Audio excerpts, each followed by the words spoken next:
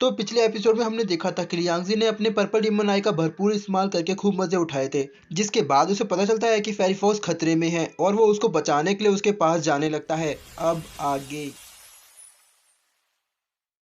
Episode की starting में हम देखते हैं कि रेड लॉर्ड फेरी फॉक्स पर अपने डीमन स्लेयर से अटैक करता है, तो उसके जवाब में फेरी फॉक्स अपने फायर लोटस का इस्तेमाल करती है और तभी ग्रैंडमा लिली की डीमन स्पिरिट कैट भी वहां आ जाती है, जो कि लॉर्ड रेड के अटैक को नलीफाई कर देती है। उस स्पिरिट कैट को देखकर रेड लॉर्ड उससे बोलता है कि तुम अंडरवर्ल्ड की प्रिंसेस फ्यूरी और इस फेरी फॉक्स को मेरे हवाले कर दो, तो शायद मैं तुम्हारे कैट क्लैन की जान बख्श सकता हूँ। तो वो स्पिरिट कैट उससे बोलती है कि तुम जाकर अपने बिल में छुप जाओ, क्योंकि तुम्हें यहाँ से कुछ भी नहीं मिलने वाला। और इसके बाद वो स्पिरिट कैट लॉर्ड रेड पर अटैक कर देती है, लेकिन वो अपने डिफेंस का इस्तेमाल करके बच जाता है और उस कैट को दूर ढकेल देता है। तो फेरी फॉक्स अपनी स्वॉर्ड से उस पर अटैक करती है, लेकिन वो फेरी फॉक्स के अटैक से भी बच जाता है और वो फेरी फॉक्स से कहता है कि अभी तो हमारी शादी भी नहीं हुई और तुम अभी से मुझे मारने लगी। तो ये सुनकर फेरी फॉक्स को गुस्सा आ जाता है और वो बोलती है कि तुम्हारी हिम्मत कैसे हुई मेरे बारे में ऐसा सोचने की। फेरी फॉक्स दोबारा से लॉर्ड रेड पर अटैक करती है, लेकिन इस बार भी लॉर्ड रेड फेरी फॉक्स के अटैक से बच जाता है। लेकिन तभी वहां पर क्वीन यू, प्रिंसेस आर्या और सुइगामी भी पहुंच जाते हैं, जो कि लॉर्ड रेड पर अटैक करते हैं। और तभी सुइगामी अपने डिवाइन सिरक्रीवन का इस्तेमाल करके लॉर्ड रेड को पकड़ लेती है, लेकिन वो बहुत आसानी से उन सभी की पकड़ से आजाद हो जाता है और वो चिल्लाते हुए बोलता है कि अब बहुत हुआ,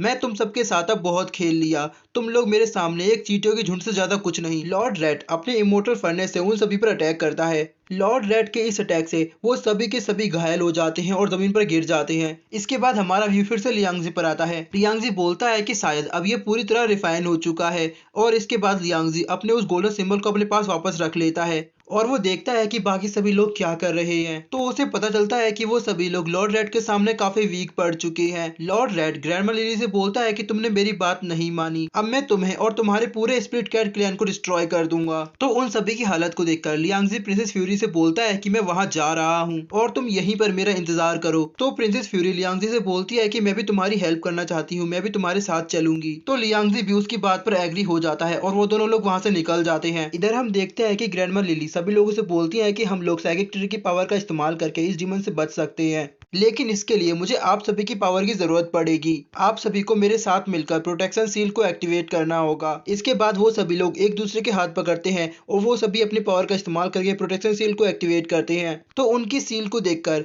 लॉर्ड रेड बोलता है कि ये क्या बेवकूफी है, मेरे सामने तुम्हारी कोई भी ट्रिक काम नहीं करेगी। ऐसा कहते ही वो उनकी सील पर अटैक कर देता है, लेकिन तभी वहां पर लियांगजी आ जाता है। लियांगजी अपने हेवनली ड्रैगन के इस्तेमाल से लॉर्ड रेड पर अटैक करता है, जिसकी वजह से लॉर्ड रेड को वहां से पीछे हटना पड़ता है। लियांगजी को देखकर सुइगामी बोलती है, लियांगजी तुम आने में इतने लेट कैसे हो गए? तो सुइगामी की बात सुनकर लॉर्ड रेड बोलता है कि तुम्हारा नाम ही लियांगजी है, जिसके बारे में फेरी फॉक्स बात कर रही थी। लॉर्ड रेड लियांगजी से बोलता है कि मैं तुम्हें भी एक मौका देता हूँ, मैं फेरी फॉक्स को पसंद करता हूँ और मैं उसे चूहों की रानी बनाना चाहता हूँ, इसीलिए तुम फेरी फॉक्स को मेरे हवाले कर दो और मैं तुम सबको छोड़ दूंगा। तो उसकी बात सुनकर लियांगजी को गुस्सा आ जाता है और वो अपने ड्रैगन प्रिंस के अवतार में आ जाता है। लियांगजी लॉर्ड रेड पर अटैक करने के लिए आगे बढ़ता है, तो ये देखकर लॉर्ड रेड बोलता है कि तुम्हारी हिम्मत कैसे हुई मेरे सामने चिल्लाने की। लॉर्ड रेड भी अपने फ्लेम पंच से लियांगजी पर अटैक करता है, लेकिन उसका फ्लेम पंच लियांगजी की सुपर किक के सामने टिक नहीं पाता और तभी फेरी फॉक्स भी मौके का फायदा उठाकर लॉर्ड रेड की अच्छी तरह धुलाई करती है और बाद में लियांगजी अपने पंच की बारिश से उसकी बची कुची हालत को भी ढीला कर देता है। लियांगजी लॉर्ड रेड को अपने पंच और किक की बारिश से बहुत बुरी तरह मारता है, जिसके बाद उसकी हालत कुछ ऐसी हो जाती है जैसा कि आप अपने घर में चूहे के मिलने पर करते हैं। इसके बाद लियांगजी उससे पूछता है कि अब बताओ तुम्हें फेरी फॉक्स के बारे में क्या कहना है।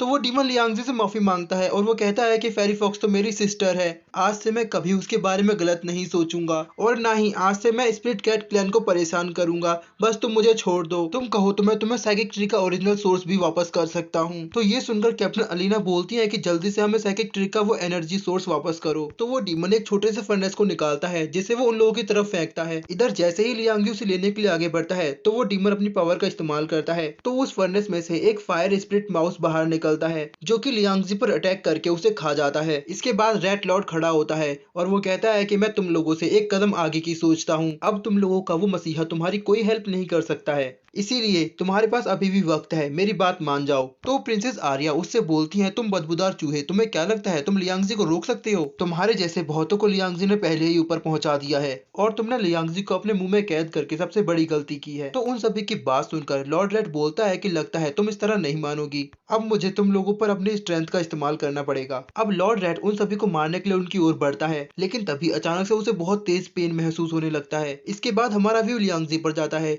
लियांगजी उसके मुंह के अंदर कैद था और वो वहीं से उस पर लगातार अटैक करता जा रहा था, जिसकी वजह से लॉर्ड रेड की हालत खराब होने लगती है। लियांगजी उसके मुंह में गोल्डन ड्रैगन के साथ ड्रैगन फिस्ट का इस्तेमाल करता है और वो उसके हेवनली माउस स्पिरिट को फाड़ते हुए उसकी बॉडी से बाहर आ जाता है, जिसके बाद लियांगजी अपनी पावर का इस्तेमाल करके हेवनली माउस को पूरी तरह डिस्ट्रॉय कर देता है। हेवनली माउस के डिस्ट्रॉय होते ही उसकी एनर्जी चारों ओर फैल जाती है, जिसकी वजह से वहाँ मौजूद सभी गर्ल्स के लेवल अपग्रेड हो जाते हैं। उनको जीतता हुआ देखकर लॉर्ड रेड को बहुत गुस्सा आता है। वो बोलता है कि मैं आप लोगों को छोड़ूंगा नहीं। वो अपनी बची हुई सारी पावर का इस्तेमाल करके एक जाइंट अटैक फर्नेस को तैयार करता है। तो उस फर्नेस को देखकर लियांगजी अपने डिफेंस बेल को समन करता है और वो उन सभी लोगों को अपनी डिफेंस बेल के अंदर छुपा लेता है। अब जैसे ही वो फर्नेस उन लोगों पर अटैक करता है तो वो डिफेंस बेल की वजह से बच जाते हैं, लेकिन इस अटैक में लियांगजी की डिफेंस बेल डिस्ट्रॉय हो जाती है, लेकिन उनमें से किसी को भी कोई चोट नहीं आती। इसके बाद हमारा व्यू लॉर्ड रेड पर जाता है। लॉर्ड रेड ऊपर से लियांगजी को देख रहा था।